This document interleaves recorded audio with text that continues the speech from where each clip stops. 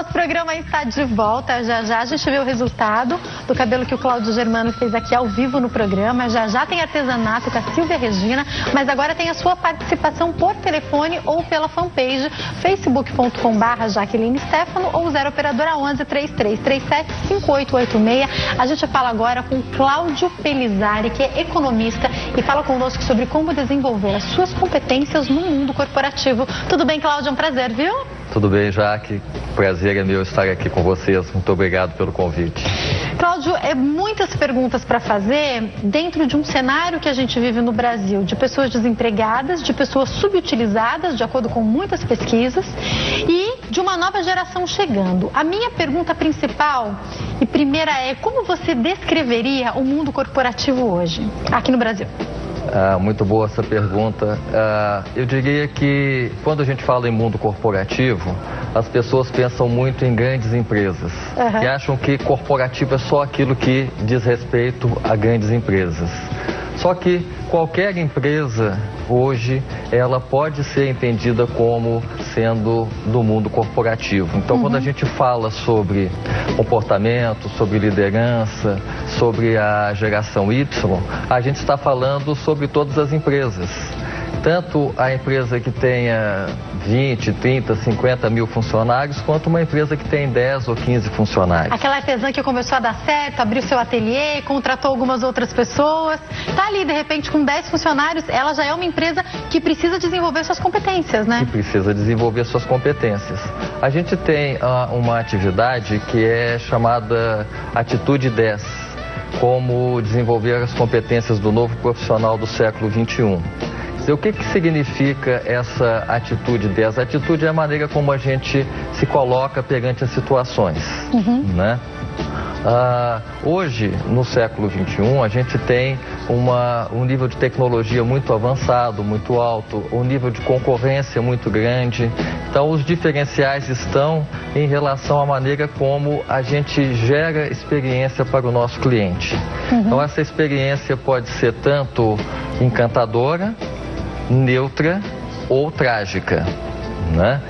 Quando a gente vai a um local e pede, imaginamos um café, um almoço, um jantar, e recebe um café, um almoço, um jantar, isso é uma coisa neutra. Eu fui lá, paguei, e você me deu o que eu pedi, eu saí do mesmo jeito que entrei. Ao contrário, uma experiência trágica é aquela em que a gente, além de não obter o que deseja, ainda sai com um gosto amargo na boca. Né? E o que a gente deve buscar, o que todas as empresas devem buscar? Gerar uma experiência encantadora para o seu cliente. E essa experiência, basicamente, ela vem da maneira como as pessoas interagem umas com as outras. Então não adianta eu chegar num estabelecimento, num restaurante, num lugar para ser atendido e perceber que os funcionários conversam grosseiramente uns com os outros. E perceber que um funcionário chega a humilhar um outro funcionário porque ele não fez alguma coisa como deveria. Então, esse contexto, ele também é importante quando a gente está falando da experiência do cliente. Quem é que, diante de uma situação em que alguém está sendo constrangido por um gerente, por um chefe ou por um colega, não fica também um pouco constrangido? É interessantíssimo todos esses tópicos que você está trazendo, Cláudio, porque aqui, se eu trouxer uma experiência para você, você vai lembrar. Eu vou falar aqui, por exemplo, de restaurantes. Todo mundo vai ter ou uma experiência trágica, ou uma experiência neutra, ou experiências encantadoras. Eu me lembro que, recentemente, eu fui a uma rede com o meu marido, e quando muito famosa, né, e a gente foi comer uma churrascaria, né, vamos lá, vamos então, né, escolher como tá puxado pra gente, vamos escolher um dia da semana pra comer fora, não dá pra comer todo dia, né? E só faltou isso, só faltou vir o café na hora do almoço, a sobremesa na hora do café, a janta na hora errada. Foi trágico, e eu saí falando nunca mais volto, e pra quem eu puder falar, eu falo, não volte lá. Até conversamos com o gerente, mas foi desastroso. Recentemente abriu um restaurante novo que eu não conhecia, perto da minha casa, e o meu marido fomos. Desde a hora que a gente chegou, da moça que nos recebeu até o caixa, nós fomos extremamente bem atendidos e eles se comunicavam muito bem. Além da comida que foi ótima, o preço era bom. Então você fala, quero voltar nesse lugar. É por aí com tudo, não é? com certeza. A gente tem algumas pesquisas desenvolvidas na Universidade de Harvard que sinalizam que empresas que têm propagadores, que é isso que você está fazendo, quer dizer, na medida que você fala com os amigos, ou com um amigo, vá a este restaurante ou vá a tal loja porque você vai ficar muito feliz, você está propagando aquela empresa. E quando a gente tem uma experiência trágica, a gente vai dizer, olha, se você escuta alguém falando, bom, vamos almoçar, você, bom, vá, mas não vá ao restaurante tal. Ou seja, isso é um comportamento de detração. A pessoa, você criou, a empresa criou um detrator do serviço dela, do produto dela. Isso vale para roupa, para qualquer coisa, né? Qualquer coisa. O boca a boca funciona, então? O boca a boca, sem dúvida, funciona e é exatamente isso que essa pesquisa mostrou. Quer dizer, quando a experiência é encantadora, eu crio um propagador do meu serviço. E há um conceito muito interessante também dentro dessa questão, que é o que a gente chama de lucros ruins. Ou seja, você foi ao restaurante onde você relatou o problema, não foi boa a experiência e no final você pagou a conta. É verdade. Ou seja, o restaurante ele prestou o serviço que ele achou que estava adequado e ganhou dinheiro. Né? Só que a gente chama isso de lucros ruins, porque eles geram detratores. As empresas, elas devem buscar os lucros bons, quer dizer, aqueles que geram propagadores do trabalho dela. Então, você falou também um pouco sobre a geração Y. Nunca, em nenhum momento da história da humanidade, a gente teve tantas gerações trabalhando juntas numa empresa. Isso acontece tanto nas grandes quanto nas pequenas também. Né? Então o jovem chega com 18, 19 jovem anos, aprendiz 20, chegando por aqui, jovem né? Aprendiz chegando nas empresas e eles têm que tomar cuidado ali existe já um ambiente consolidado. É claro que ele vai trazer coisas positivas, é claro que ele vai trazer uma afinidade maior com a tecnologia, uma iniciativa diferente da que a gente está acostumado a ver, só que ele também tem que entender que a gente está chegando num ambiente novo. E para isso ele precisa entender um pouco os códigos de comportamento e ele precisa se adequar para também não ousar excessivamente e gerar algum resultado que seja trágico para ele também. É lógico que eu vou pedir para você dicas para a geração Y que está entrando no trabalho, mas eu quero começar te pedindo dicas para as outras gerações. Eu, por exemplo, tenho 31 anos e eu gosto de sair e não só trabalhar, mas de perguntar e interagir com as minhas estagiárias, por exemplo, ou com a jovem aprendiz. Outro dia eu estava entrevistando, eu fui tomar um café com a Babi e comecei a fazer várias perguntas. Mas o que você acha de mim? O que você acha do programa? O que você achou do diretor? Porque para mim é muito importante também entender como é a visão de uma jovem de menos de 20 anos que chega num ambiente que já está há 10 anos consolidado, com pessoas que já têm cabeças feitas. E eu aprendo em cada uma dessas conversas. E às vezes elas trazem inovações, e olha que a minha geração para delas não é uma geração tão distante, mas elas trazem inovações que eu nem imagino. Pessoas 10 anos mais novas pensam muito diferente, às vezes falam, Jaque, publico isso aqui. Aí eu falo, oi? Tem coisas que eu nem sabia que o meu celular fazia, que elas sabem. Essa interação pode ser muito positiva, não? Claro, ela pode ser muito positiva, sim.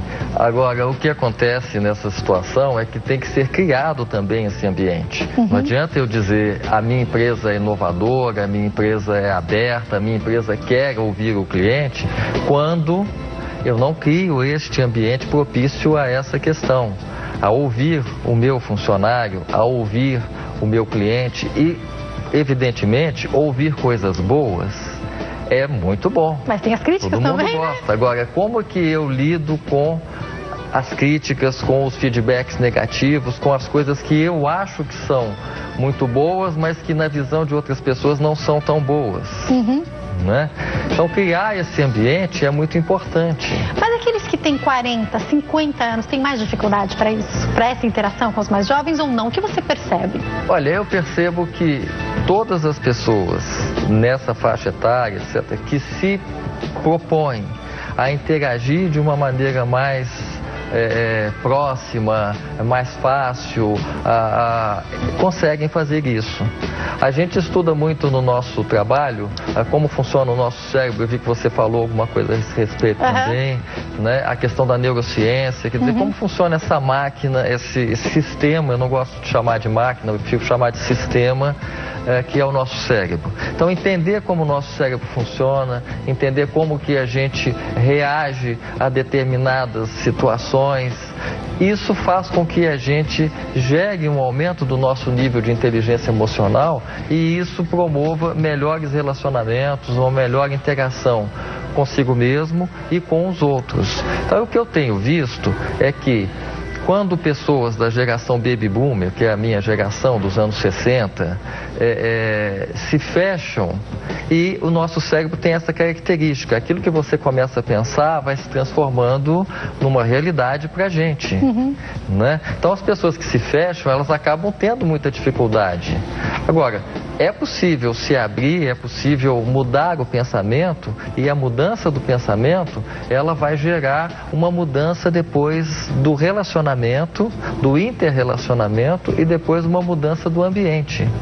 Então, quando a gente fala em desenvolvimento de líderes, nós temos uma parceria com uma empresa britânica que desenvolveu uma metodologia de desenvolvimento de inteligência, do nível de inteligência emocional e da performance de liderança. E esse princípio é chamado de liderança transpessoal, que é o quê? A liderança além do ego.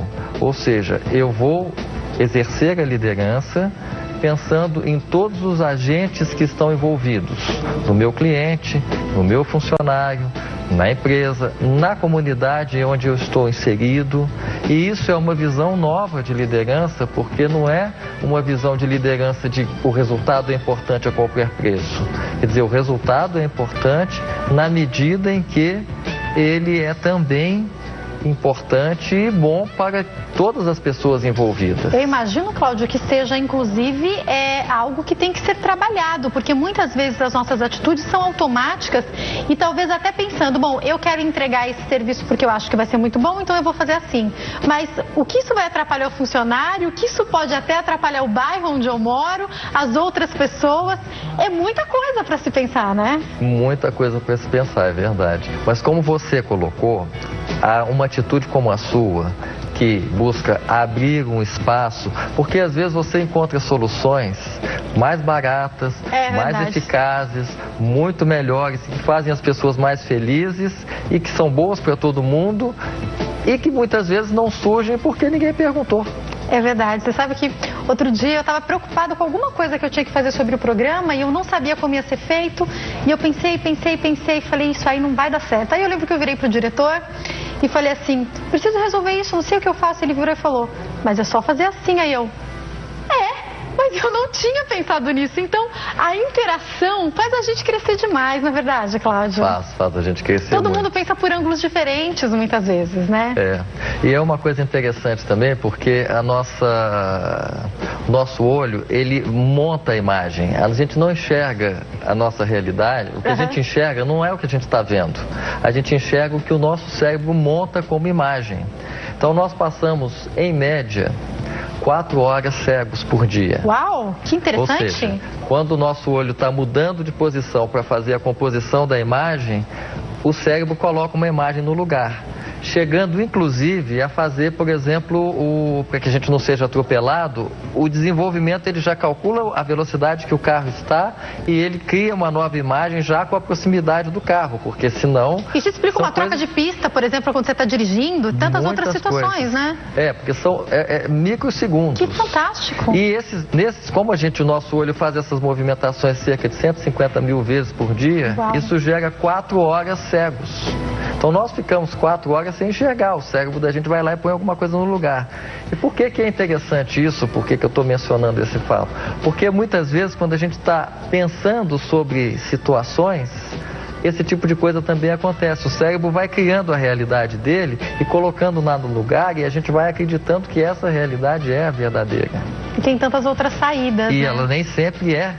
O cérebro ele cria coisas que muitas vezes não condizem, não estão ali, mas a gente cria. Eu vou te perguntar sobre liderança propriamente, mas eu tenho uma pergunta antes, seguindo essa lógica de raciocínio, que é: tem uma maneira de, no nosso dia a dia, além de interagir, de conversar com o outro, a gente se tornar mais inteligente? Seguindo essa lógica, então, como, de repente, ampliar o nosso horizonte para ver mais saídas, para se sair melhor no mundo corporativo? Em primeiro lugar, é querer fazer isto. Né? E isso vai exigir sair do comodismo, um autoconhecimento, né? Sair do comodismo, algum nível de disciplina, né? Agora, quando a gente utilizar essa ferramenta que eu me referi a você, que se chama Leipa, essa ferramenta na empresa, ela é parte de um processo de avaliação 360 graus. Então, uma avaliação 360 graus é uma avaliação em que o profissional, ele é avaliado se ele tiver um superior imediato por esse superior, no caso de um diretor ou pelo presidente da empresa, ou um gerente pelo gerente acima dele, pelos pares e pelos subordinados. Então, essa é uma avaliação confidencial em que as pessoas não precisam se identificar, feita via internet, e ela tem uma série de perguntas que vão gerar um perfil de comportamento deste avaliado. Esse perfil de comportamento, ele vai mostrar quais são a gente chama de gaps, que são os espaços entre aquilo que é demonstrado e aquilo que é desejável. Então, esse espaço é onde a gente tem um espaço de melhora. A partir daí, a gente faz um trabalho de coaching, que significa mostrar a esse profissional como que ele pode desenvolver as competências que vão fazer com que ele seja o melhor líder naquele contexto. Porque uma coisa eu vou falar para vocês, e eu esse ano comecei a fazer coaching, meus telespectadores sabem, e eu utilizei algumas ferramentas, respondi alguns questionários, e muitas vezes aquilo que a gente tem certeza que a gente passa para as pessoas não é o que a gente está passando, né? Acontece. A gente tem que aprender isso também, né? Também, ter um pouco de humildade para aceitar isso, né? Dá um negócio que você olha e você fala: o quê? Pensam isso de mim? Pois é, pensam. Agora vamos trabalhar, porque não é possível que em todas as áreas da vida a gente consiga transparecer exatamente o que a gente queria. A gente tem que aprender muitas vezes para isso, né? E às vezes tem a má interpretação das pessoas também, claro, por causa da própria cultura da pessoa, né? etc. Então não quer dizer que a gente seja tão ruim assim, porque também alguém nos vê de uma maneira ruim, diferente. Mas a gente pode melhorar, e eu acho que todas essas ferramentas são bem-vindas. E quando a gente fala de novo do mundo corporativo, a gente pode pensar até nessas dicas e você entender essa dica para você enquanto profissional, né? Porque a gente tem que estar sempre melhorando, não é mesmo, Cláudio? Com certeza, é verdade. Fala pra gente sobre liderança, então. Vamos entender um pouco como funciona. Eu queria te perguntar, dentro de uma empresa que tem uma hierarquia, né? Então tem, por exemplo, vários funcionários que trabalham como jovem aprendiz, vários colaboradores que são estagiários. Estou dando aqui o exemplo, aqui na Rede seguiria vários que são produtores, vários que são apresentadores, vários que são diretores. Tem que ter liderança em todas as funções? Tem que ter liderança em tudo. É importante. Inclusive, eu costumo dizer que a liderança começa com a autoliderança. Né? Porque nos estilos de liderança existem alguns estilos de liderança, como por exemplo o visionário, que é aquela pessoa que enxerga além, é aquela pessoa que leva o grupo a querer alcançar um objetivo que talvez não seja tão próximo e nem tão fácil. Então, para isso vai ser necessário que haja empenho das pessoas, e empenho muitas vezes significa sacrifício. Eu tenho uma definição de sacrifício que eu gosto muito, que é trocar alguma coisa necessária no momento por alguma coisa muito melhor no futuro. Né? Você tem o estilo paternalista, o estilo coaching, né? O estilo coercitivo ou autoritário. E o que uma pessoa precisa aprender para ser um bom líder, e que muitas vezes acontece no Brasil, acontecem problemas em empresas de todos os níveis, porque mesmo uma empresa grande, ela é um microcosmo, ela tem um setor onde tem 10 pessoas, ou onde tem 3 ou 4 pessoas e um gestor. Então, muitas vezes, esse gestor, ele precisaria estar ali usando o estilo paternalista, mas ele está usando o estilo autoritário. Então, ele está sendo autoritário. E aí ele vai gerar um conflito.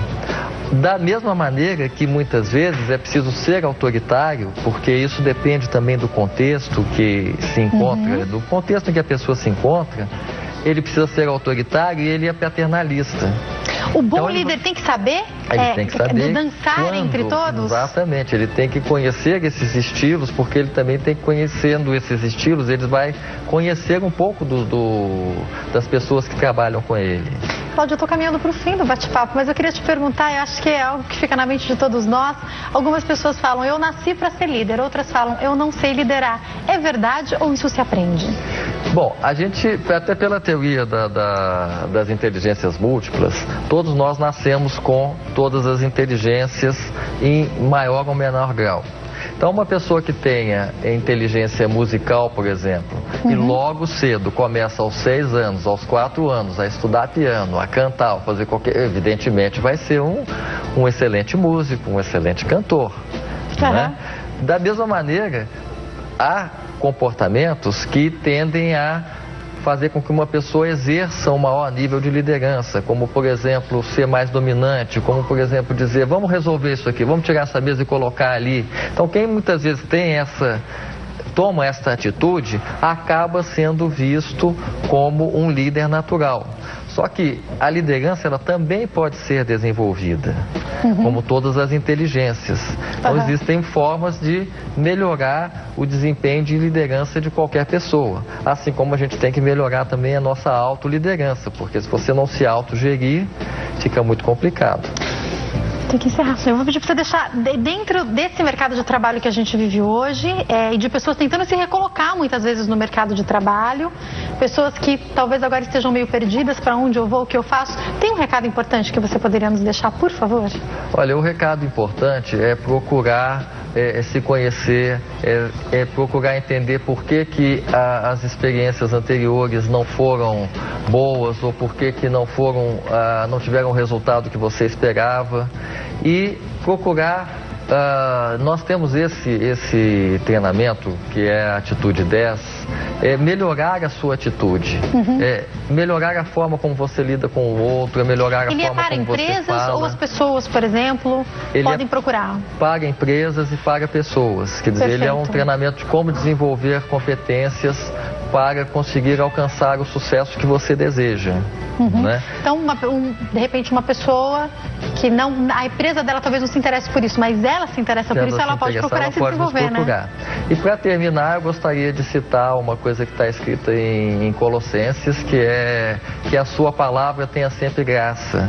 Ou seja, toda vez que a gente busca olhar o outro e perceber o outro, a gente vai estar criando uma experiência encantadora no relacionamento. E isso é fundamental. E eu espero que você volte muitas vezes, viu, Cláudio? Foi um prazer te receber aqui, viu? Muito obrigado. Obrigada pelos esclarecimentos. Quem quiser entrar em contato, tem o site www.etiquetaempresarial.com.br, @etiquetaempresarial.com.br é o e-mail e os telefones 0 operadora 11 9 8739 2932 e 0 operadora 21 3176 6905, certo? Muito obrigada, viu? Uma ótima tarde. Obrigado. Eu vou para um break, já eu tô de volta com a gente aprendendo a fazer a festa do